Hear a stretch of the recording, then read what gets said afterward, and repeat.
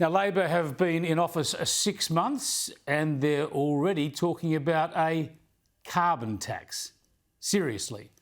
With no idea how to fix this nation's energy crisis, Labor are looking at what is effectively an extra tax on fossil fuel exporters, a limited form of carbon tax.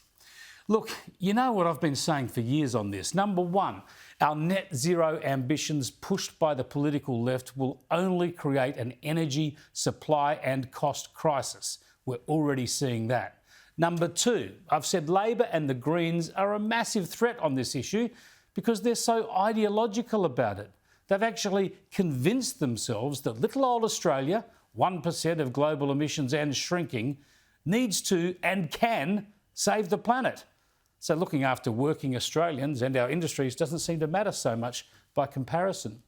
And number three, I've warned that Labor will bend to the will of the Greens, that they need the Greens and will seek to appease them. Well, have a look at all this unfolding.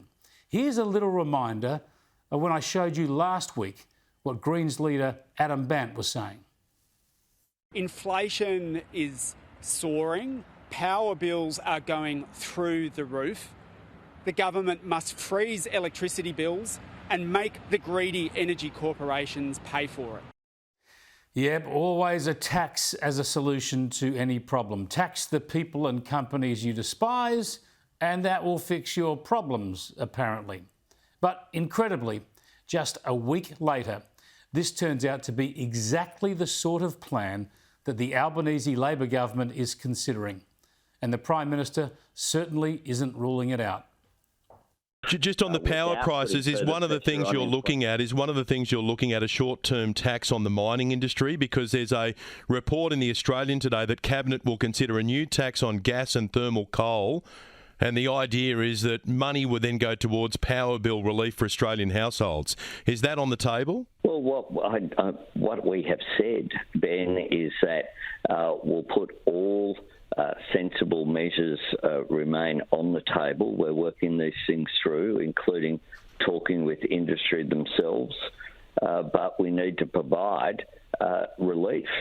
We can't just sit back and watch this occur while you have these extraordinary profits being made at the same time as households and businesses, particularly manufacturing, are under pressure.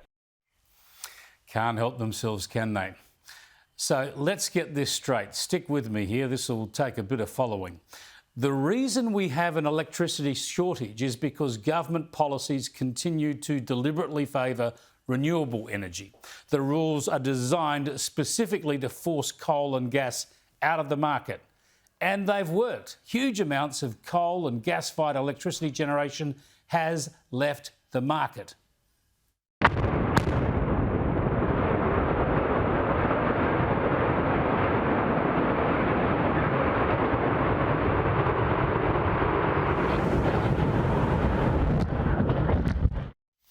Yeah, some of that might be handy now. Well done, government policy. It's driven power supplies out. And when it comes to gas supplies, they've banned exploration, banned projects, banned fracking, and failed to preserve adequate supplies for the domestic market, even though we're the world's largest gas exporter. So government actions, deliberate climate-driven action by state and federal governments, have delivered this outcome. Exactly the outcome they wanted, by the way. They wanted to drive fossil fuels out and favour renewables. But now that the very scarcity they created is costing us a bomb, they want to put a carbon tax on the big exporters to subsidise the rest of us for the price hikes that government policies have forced upon us. If you think this sounds like Greens-level economics, you are right. If you think this bears no relationship to an open energy market, you are right. If you think this will hurt you and your community and your industry, you also are right. And if you think this is national self-harm on a grand scale, you are spot on.